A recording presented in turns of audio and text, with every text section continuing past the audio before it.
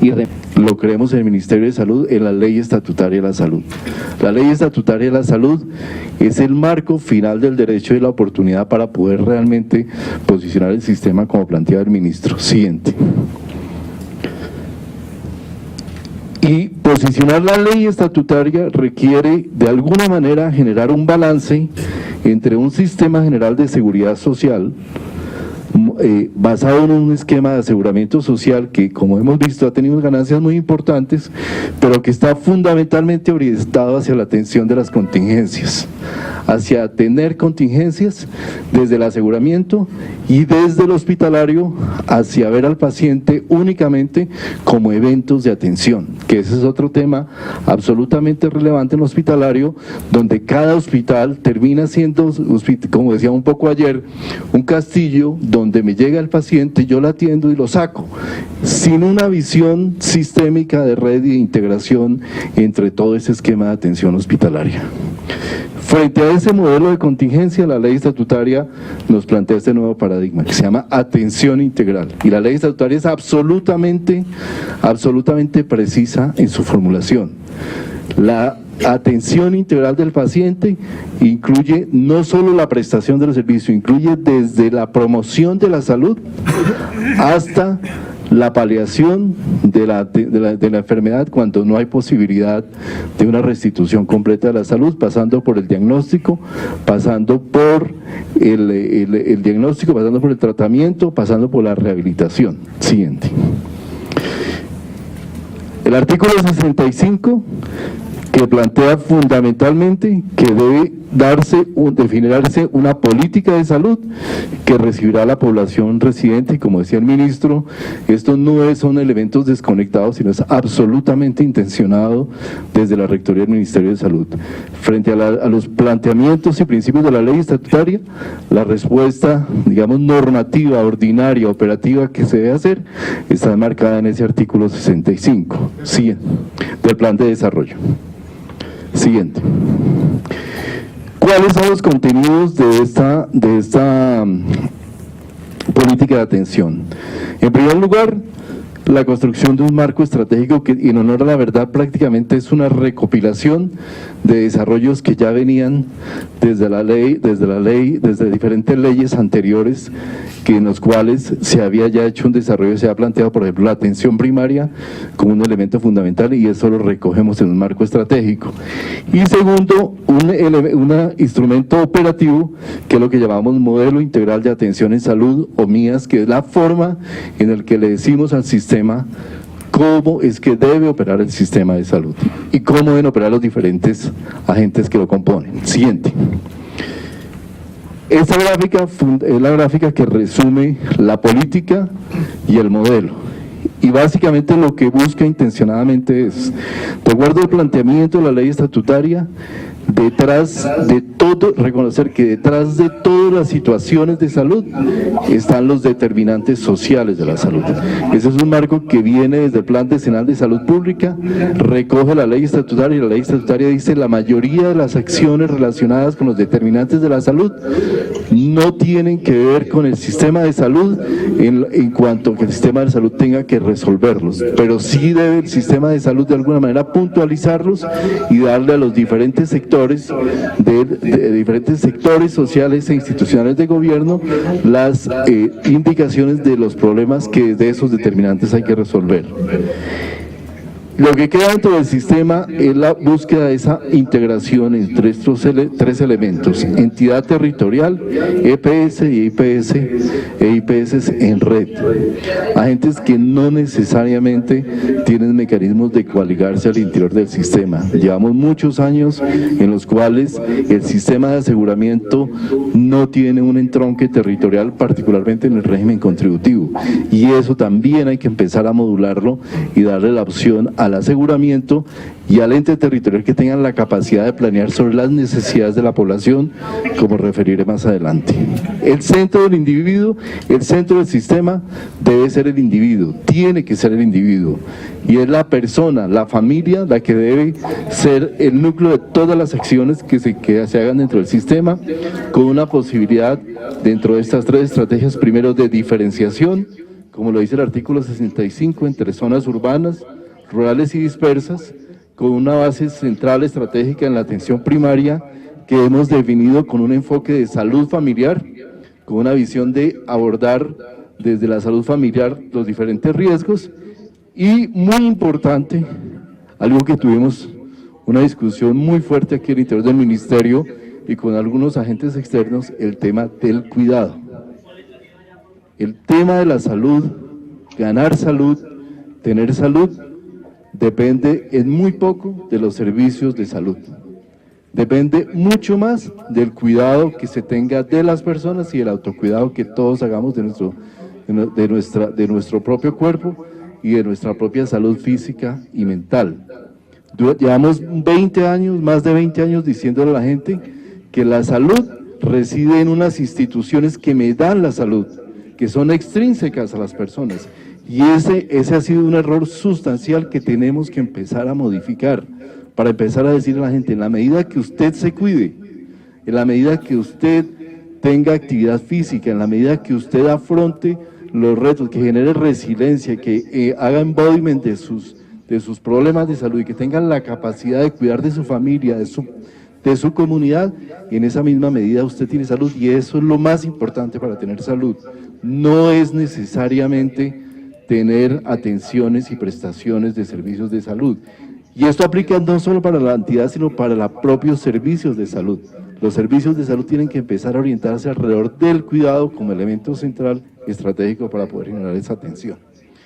Entonces, dentro de ese modelo, el elemento que enlaza por lo menos a los tres agentes centrales del modelo es la gestión integral del riesgo en salud, que no es solamente la gestión individual de las personas, sino que incluye, como dice el Plan Decenal de Salud Pública, todos los riesgos colectivos que afectan a las personas y los riesgos también del individuo. Necesitamos enlazar esas dos acciones que no se conversan, las que hace la entidad territorial a través del PIC y las que hacemos a través del POS por parte de las EPS y el resto del sistema. Siguiente. ¿Cuáles son los beneficios que esperamos de la política? Acceso e integralidad, mayor resolutividad en el primer nivel, que CAUS con una posibilidad de adscripción a un equipo de atención primaria con énfasis en medicina familiar. Necesitamos que cada paciente, cada usuario en Colombia tenga una institución reconocible en la cual sabe que puede obtener salud y tenga un equipo profesional, un médico familiar o un médico con vocación de médico familiar que tenga la capacidad de empezar a resolverle sus problemas.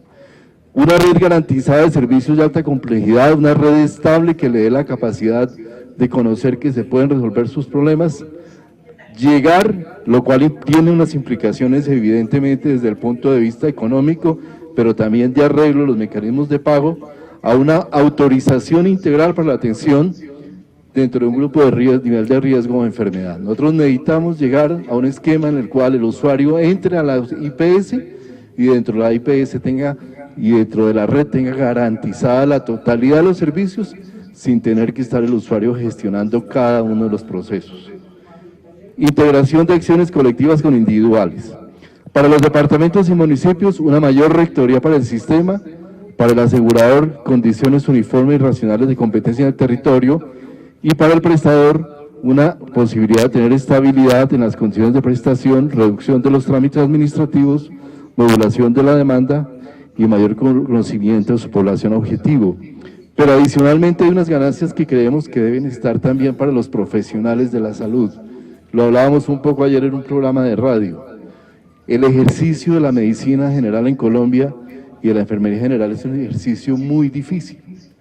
Es un ejercicio muy poco gratificante desde el punto de vista de lo que uno como médico da respuesta frente a su paciente.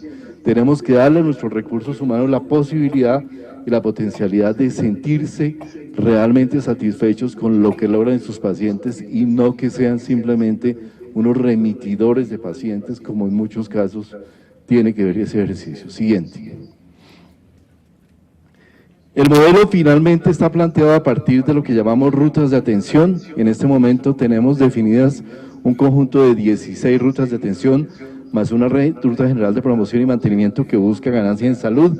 Estas rutas van a estar disponibles probablemente las primeras 7 y las más grandes, más importantes en las próximas 2 semanas, y a partir de esas rutas que integran desde la promoción hasta la paliación, se reconfigura la totalidad de los demás instrumentos del sistema con un objetivo final de ganar confianza ciudadana y equidad social en el acceso, que son los objetivos centrales que nos plantea la ley estatutaria. Siguiente. Los 10 componentes del MIAS, voy a pasar por cada uno muy rápidamente. Siguiente.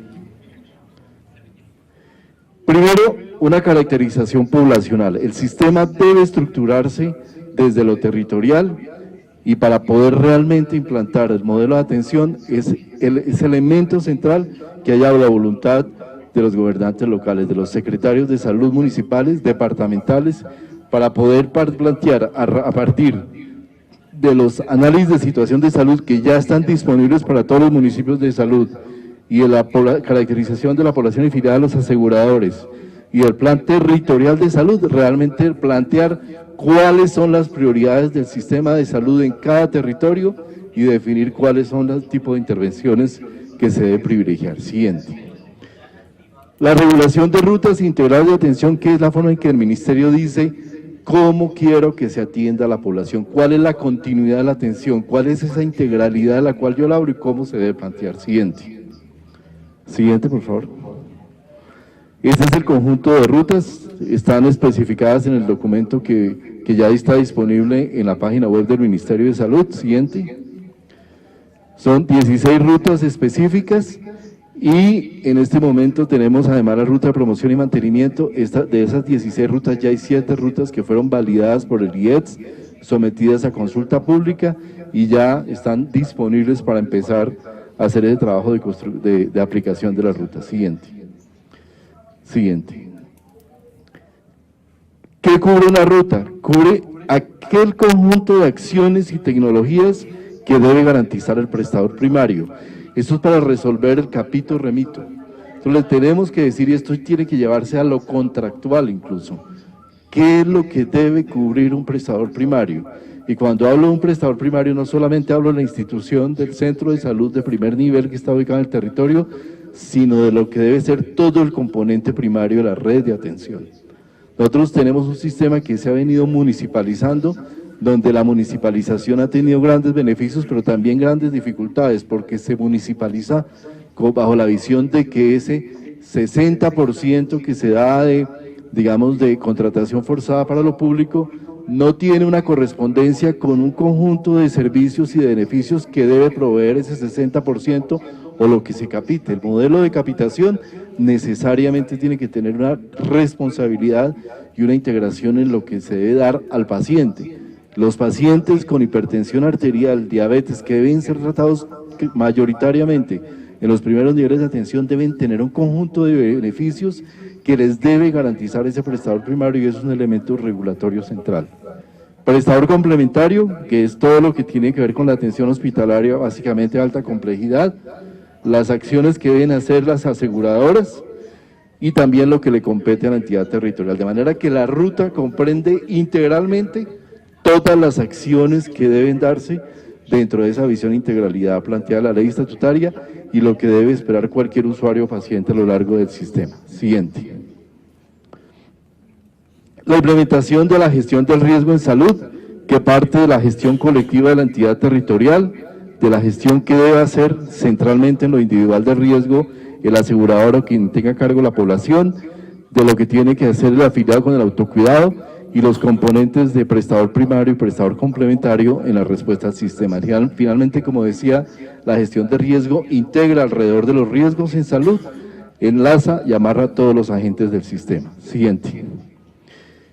Finalmente, en ese continuo de la atención, desde lo que se hace en gestión de la salud pública, en la promoción, prevención, mantenimiento, deben darse modelos y momentos en los que hay clasificaciones de riesgo, decisiones de prevención, de rehabilitación y de paliación que deben transcurrir a lo largo de los diferentes agentes y en los cuales al interior de una red de servicios debe hacer esa integración. Siguiente. Delimitación territorial del MIAS. Para poder aplicar este modelo diferenciado de zona dispersa, centros urbanos y zonas de alta ruralidad, con base en el estudio de geografía sanitaria llegamos a esta configuración, donde hay finalmente 6 departamentos que están ubicados, son los que están ubicados en amarillo, los cuales son clasificados como zonas dispersas. Hay unos departamentos como el Chocó, que también está totalmente en el Andén Pacífico, también clasificado como dispersa, el Valle del Cauca únicamente disperso, el municipio de Buenaventura, en el departamento del Cauca, 3 municipios, y en el departamento de Nariño, los 11 municipios de la zona pacífica. Y en la Alta Guajira, y en Guajira, los 5 municipios de la Alta Guajira. Esta es la configuración de lo que es la estructura de zonas dispersas, 5 ciudades que de acuerdo con el artículo 65 quedan definidas como ciudades de más de 1 billón de habitantes, donde se puede aplicar un modelo de atención de naturaleza urbana, que son Bogotá, Cali, Medellín, Barranquilla, Cartagena y Bucaramanga, contando toda su área metropolitana, y el resto de departamentos quedan clasificados como departamentos con alta ruralidad, o sea, departamentos que tienen municipios, alto número de municipios de tipo rural. Siguiente. Redes integrales de atención. Este es el otro componente del modelo integral de atención, donde creo que nos jugamos una parte muy importante de la posibilidad de implementación.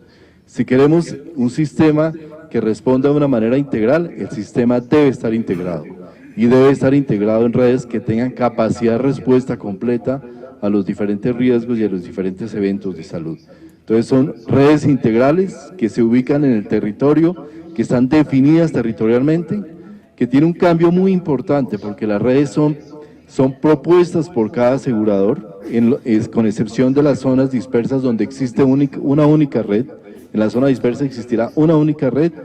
En los otros 2 tipos de zona, el asegurador propone su red, pero el municipio, con base en la información del plan territorial de análisis de situación de salud, se sienta con el asegurador, y el departamento le autoriza la red a la EPS, le hace una autorización de esa red.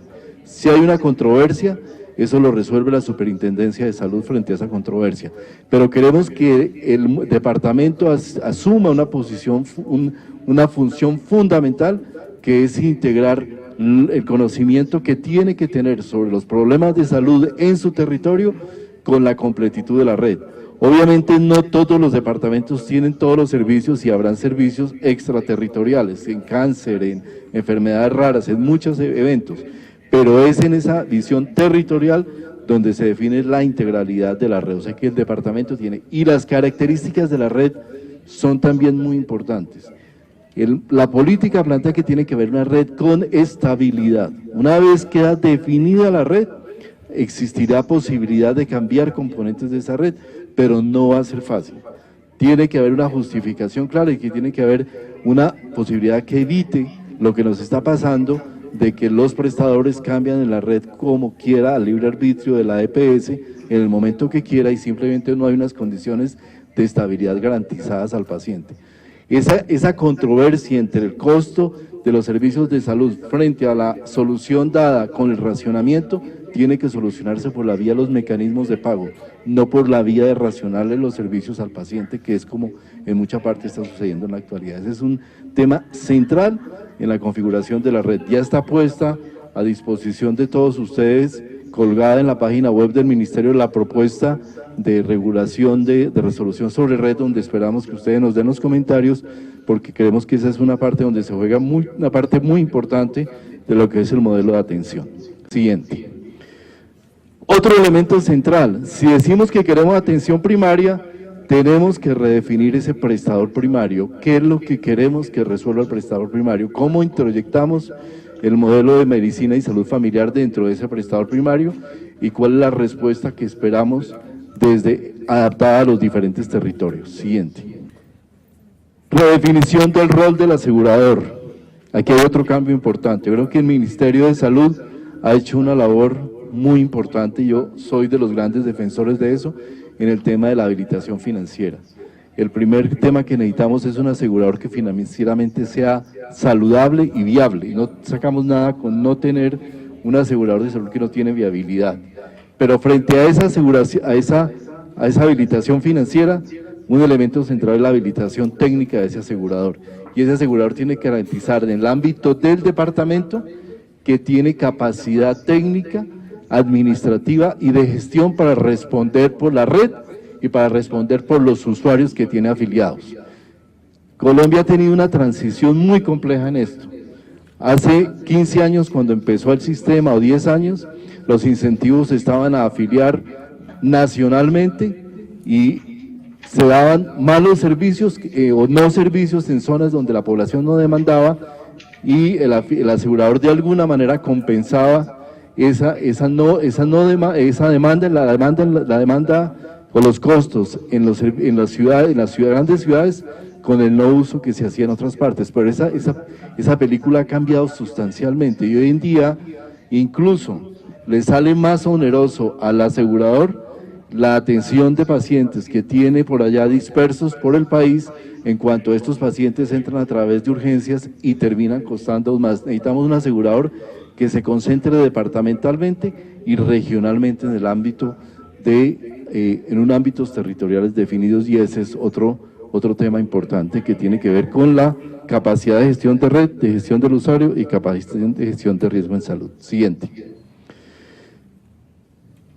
Obviamente todo esto implica la redefinición del esquema de incentivos, donde tenemos que integrar los incentivos desde la definición del plan, la forma en que se integran los servicios, cómo se definen los servicios, la forma en que se paga por los servicios y la forma en que finalmente se autorizan los servicios. Todo esto tiene que estar necesariamente integrado, que es donde creemos que hay una gran desintegración en este momento. Siguiente.